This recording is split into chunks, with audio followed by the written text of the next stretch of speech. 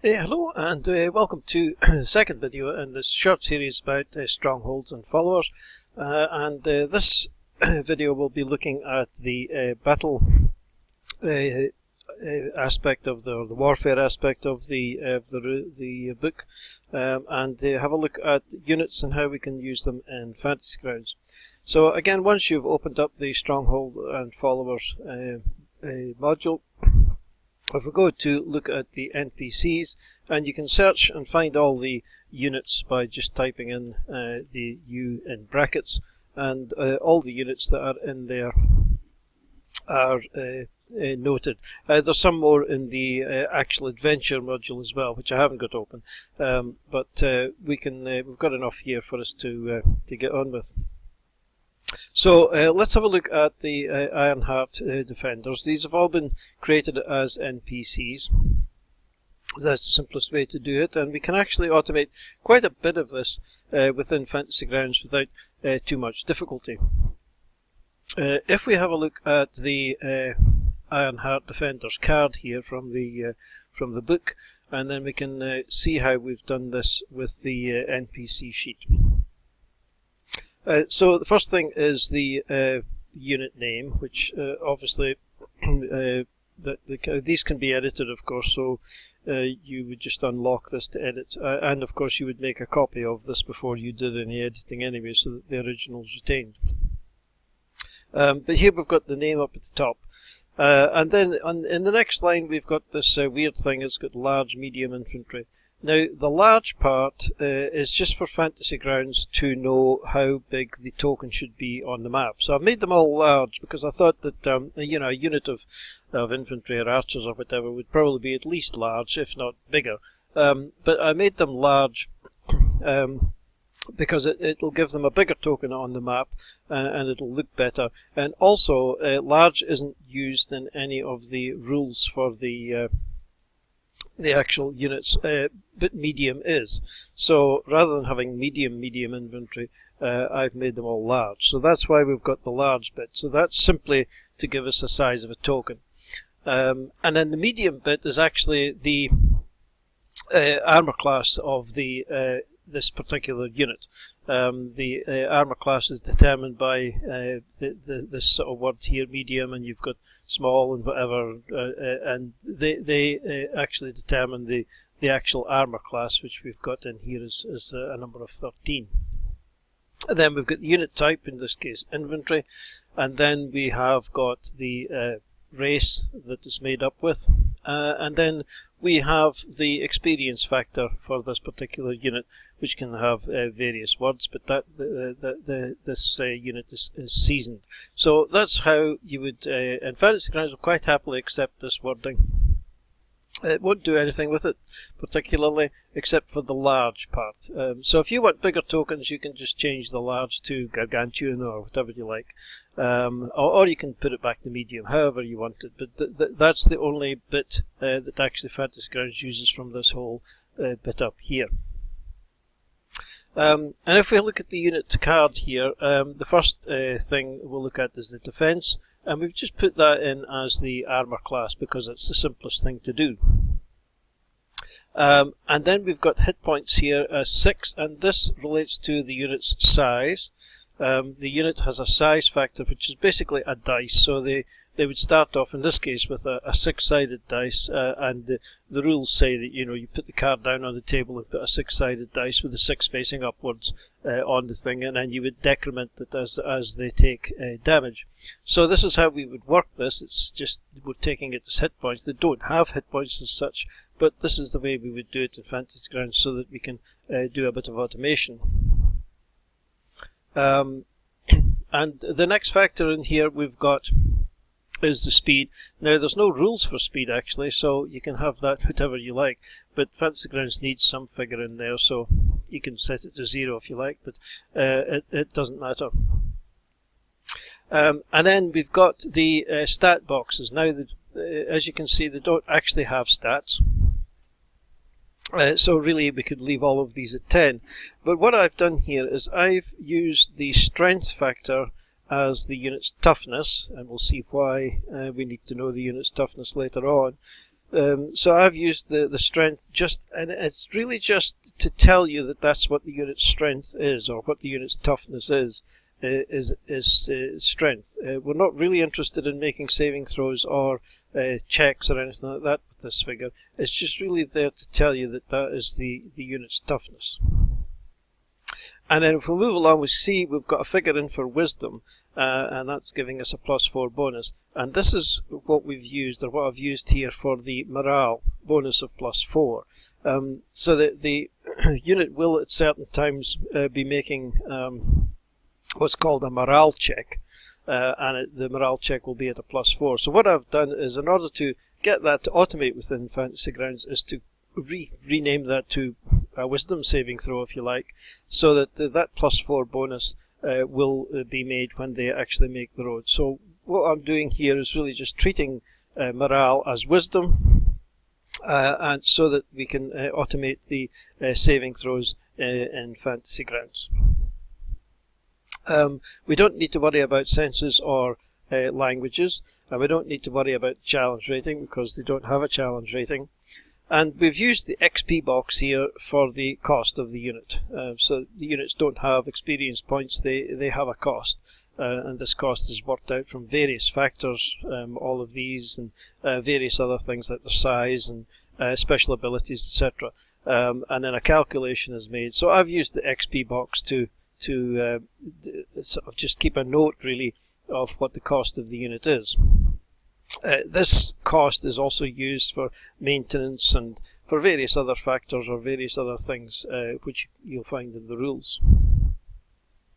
And then you've got the traits. Now I've included in all of the units these two traits, rally and diminished, so that you can have this, or you can do this sort of automatically during combat. So if a unit loses its last hit point, it can make a rally check to see whether or not it rallies, and if so, it goes back up to 1 hit point or 1 dice and stays on the battlefield, and if not, then it's removed. So we've got this here, we can see that it's highlighted, so that we can actually make that DC Wisdom saving throw or the morale check to see whether or not it works or not.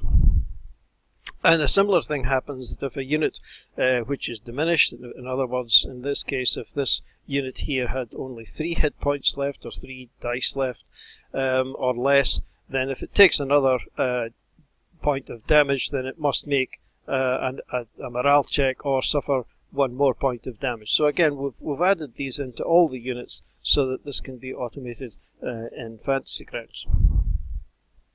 And then you've got things like this trait here is made of sterner stuff, so they get advantage on a power check, and whilst diminished, the unit has advantage on attack checks, etc. So these are just things, these are traits that the unit has, and you just need to take those into account during a combat. And then we come to the unit's actions. This is a melee unit, which we can tell from the sword icon here.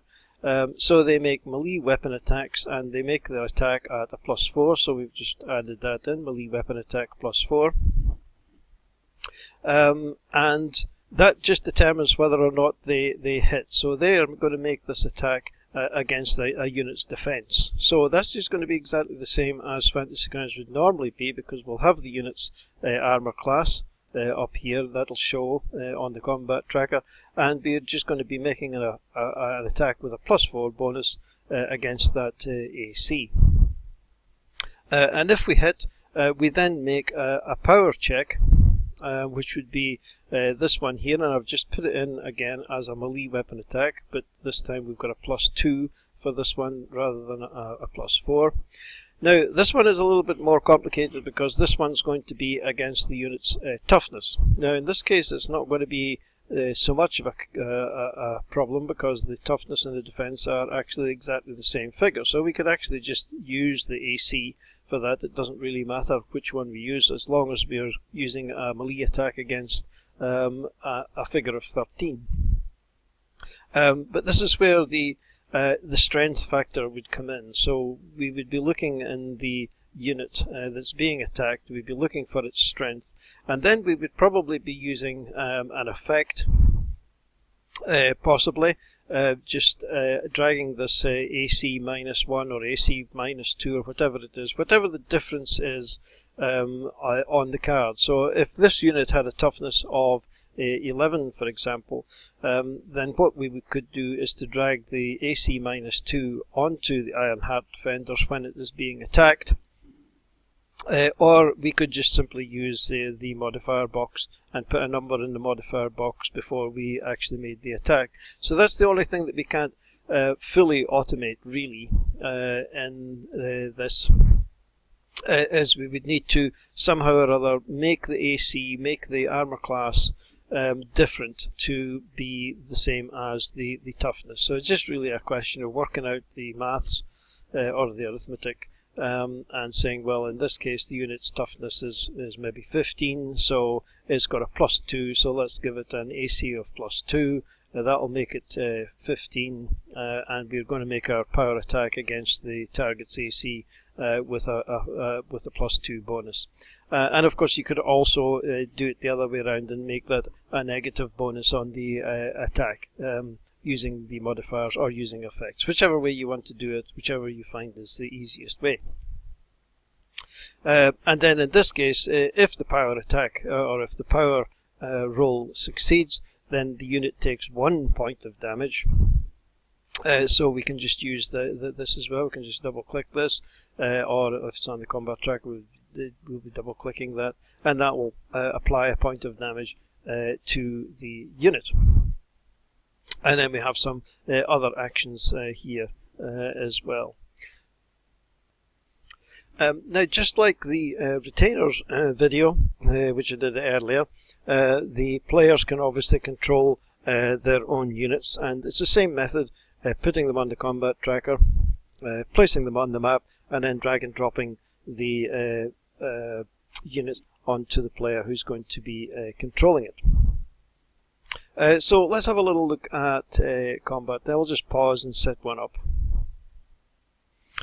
Okay, well, we've set something up. Not a particularly realistic map, of course, for such a conflict, but you can use any map you like. But this is just one that was handy.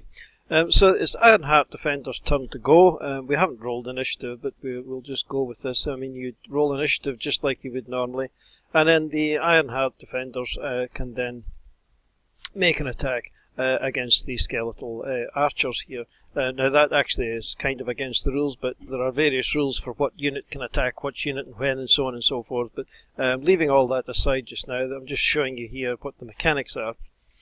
So the Ironheart Company, I mean, you might want to move them so that they're next to the unit that they're attacking, and they would just make a normal attack roll after they have targeted, and it would be automatically, just like Fantasy Grounds does it normally, it would go against the target's armor class, and in this case we've got a hit.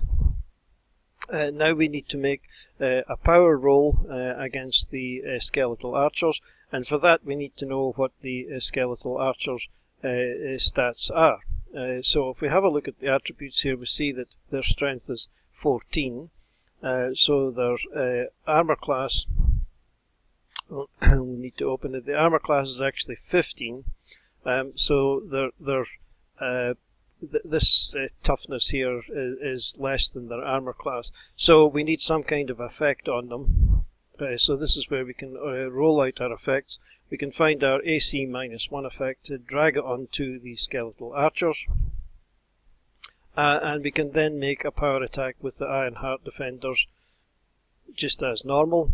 The effect will be taken into consideration, you see, defense effects, and we have missed with the power attack, which means that no damage has been done to this unit, and therefore we don't need to worry about any morale checks or anything like that, and the turn would move on.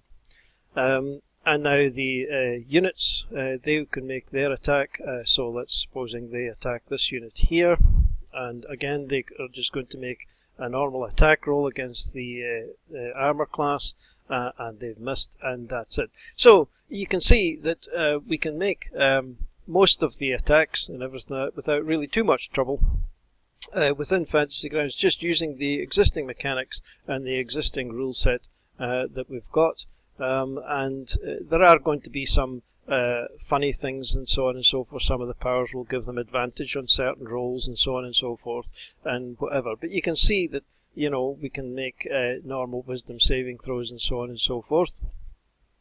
And they've rolled a success there or whatever. You can make wounds. We've got the damage to the Ironheart Defenders. If we have a look at the Ironheart Defenders, that's them got a wound there. So we can do virtually all of the mechanics can be done within Fantasy Grounds without too much of a problem. So hopefully you found this useful, and if there's any questions, then post them in the forum where this video is linked, and we'll do our best to help you out. So thanks for watching, and cheers for now.